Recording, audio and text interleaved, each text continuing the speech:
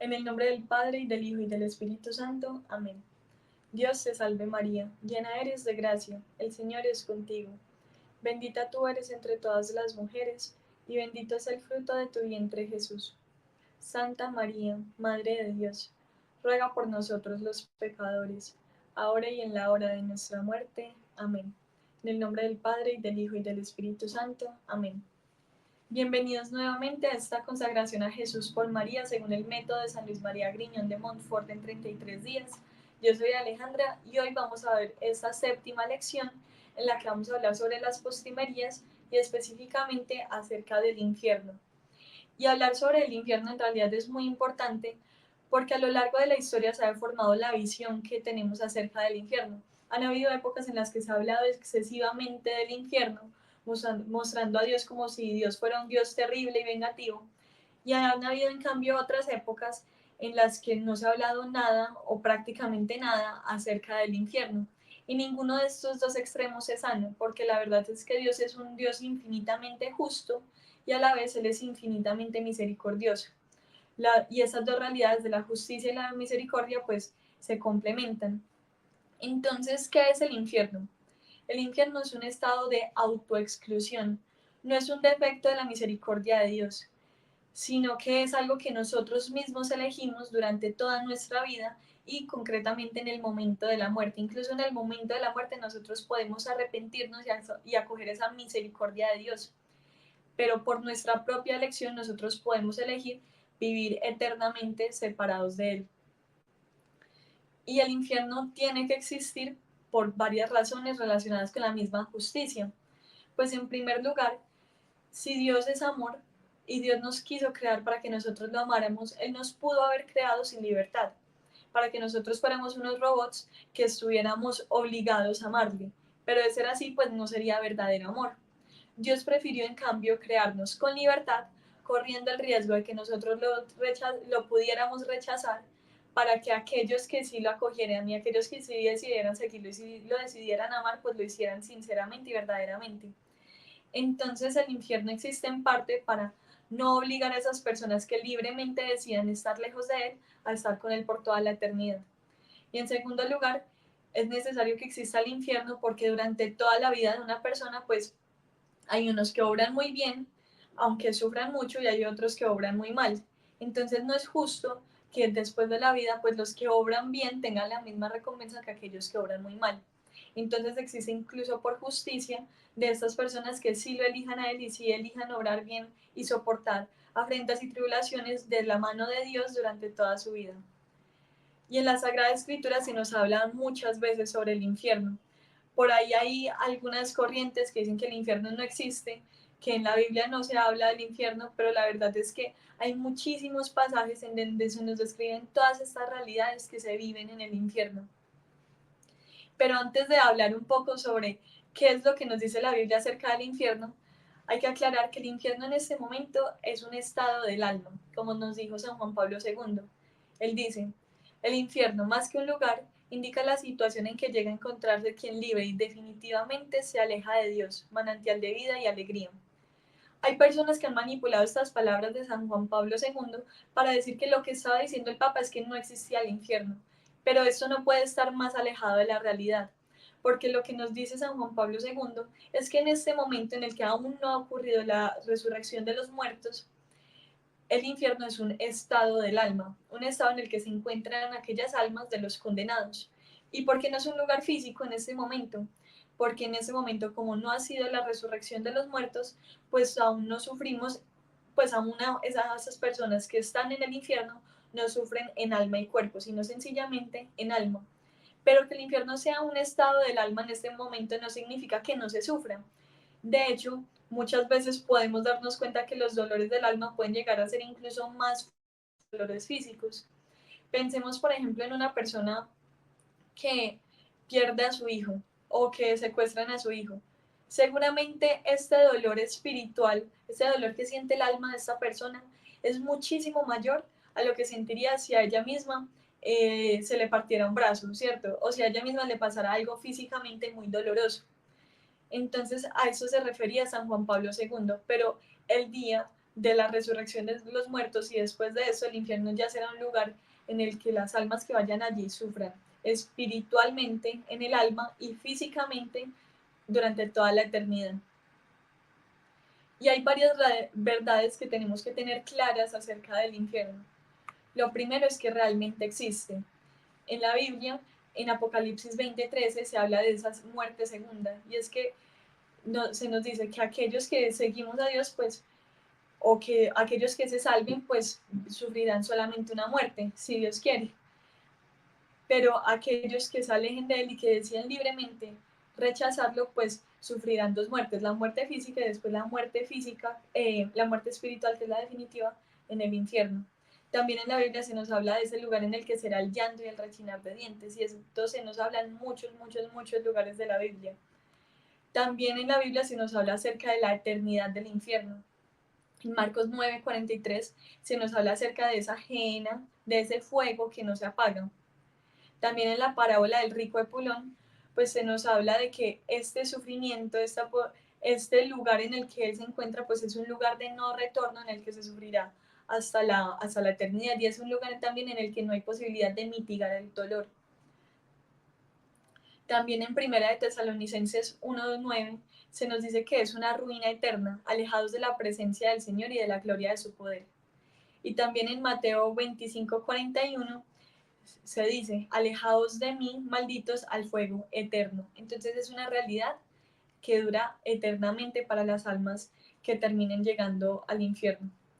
Y en el infierno hay dos tipos de pena. Está la pena de daño y luego la pena de sentido. ¿Y qué es la pena de daño? La pena de daño es la pena principal que hay en el infierno, porque consiste en la separación eterna de quienes han rechazado a Dios. Nosotros fuimos creados para el cielo, fuimos creados para tener esa comunión con Dios, para llegar a esa felicidad y esa eterna bienaventuranza. Pero las personas que van al infierno pues se separan eternamente de Dios. Y es una pena tan grande, dice San Agustín, que ningún tormento entre lo que nosotros podemos llegar a conocer en esta tierra se le puede siquiera comparar. También San Juan Crisóstomo dice que aunque no hubiera ningún otro suplicio destinado a los pecadores, solamente esta pena de daño sería suficiente para producir al alma mayor dolor y perturbación que todos los demás tormentos del infierno. En el infierno, más adelante vamos a hablar, está también esa pena de sentido, pero ninguno de esos sufrimientos, por más malo que sea, se compara a esa pena de daño que sufren las almas por el simple hecho de estar separadas de Dios y de aquello para lo que fueron creadas. Y es porque ir al infierno pues es la frustración total de la existencia de una persona. Se dice que es como un descuartamiento espiritual, es como el desgarramiento del alma misma. Y además porque en la medida en la que las facultades superiores, recordemos que son la inteligencia y la voluntad, son superiores a las del cuerpo, pues el dolor y el desgarramiento que se sufren en estas, pues es mucho más profundo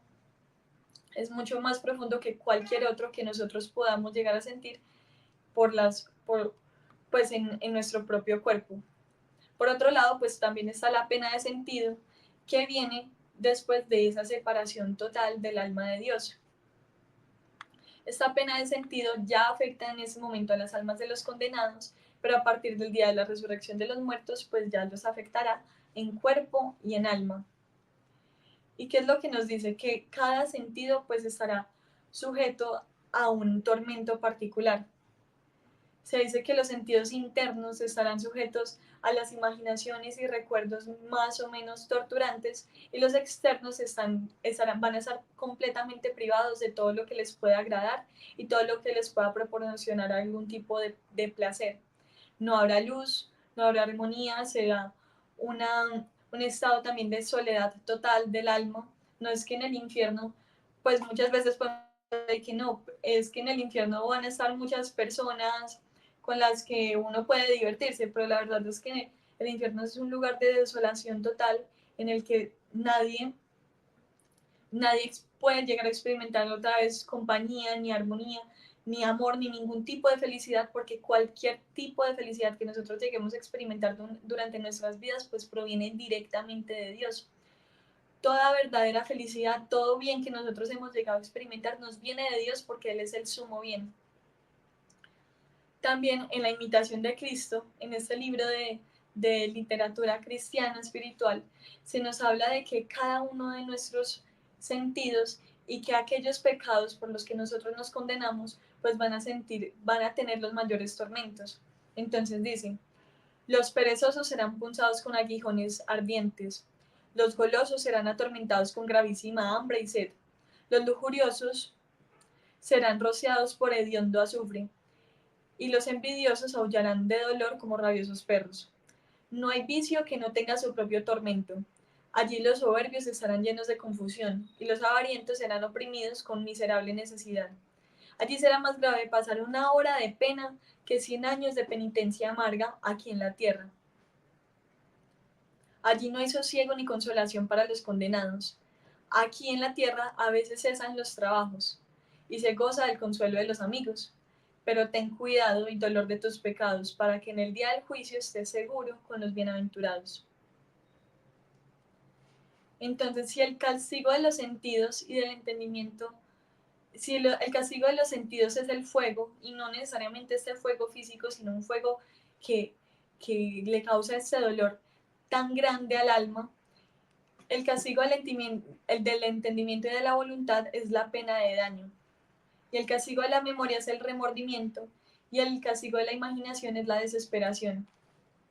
El remordimiento, que es el castigo de la memoria, le recordará al condenado muchos de los medios de la salvación que tuvo en la tierra, como hablábamos en estos días también en una de esas lecciones de la consagración. Ahí vamos a poder ver el momento exacto en el que pudimos haber evitado esos pecados por los cuales nos condenamos, y esto nos va a causar un profundo remordimiento en un momento en el que ya no nos vamos a poder arrepentir, ya vamos a haber perdido totalmente esa posibilidad de arrepentirnos porque ya vamos a haber tomado esa decisión eterna. Pues las almas que tengan que llegar a ese estado, que ellas mismas lo elijan. La desesperación, que va a ser la pena de la imaginación, le va a recordar constantemente a la persona que sus tormentos no serán ni por 1000 años, ni por un año, ni por millones de años, sino por toda la eternidad, que van a durar para siempre y que no van a cambiar nunca, que esa situación ya es definitiva y que es por nuestra propia elección. ¿Y quiénes son los que van al infierno? Pues las personas que mueren en estado de pecado mortal. Pero Dios en realidad quiere la salvación para todos. Dios no predestinó a nadie al infierno. La voluntad de Dios es que todos los hombres se salven. Y Él nunca pensó en que hubiesen dos caminos. Él no pensó que existiera el camino de la condenación y luego el camino de la salvación. Él quiere que todos nos salvemos. Pero por ese amor, por esa libertad que nos quiso entregar, pues hay algunos que eligen libremente ese camino de la condenación y de la separación eterna de nuestro Creador. Y para que nosotros lleguemos allí, pues es necesaria una versión consciente a la voluntad de Dios, a seguirlo, a sus mandamientos, y la verdad es que Dios nos está siguiendo, nos está buscando durante toda nuestra vida, Él nos está dando continuas oportunidades para que nosotros lo escuchemos y nos convirtamos. Él está continuamente tocando esa puerta de nuestro corazón esperando a que le abramos.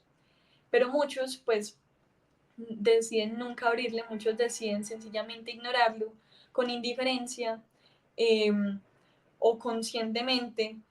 Hay muchas personas que sencillamente no les interesa y lo dejan pasar y ya. Pero la verdad es que no podemos olvidarnos de estas realidades porque son las realidades últimas del hombre.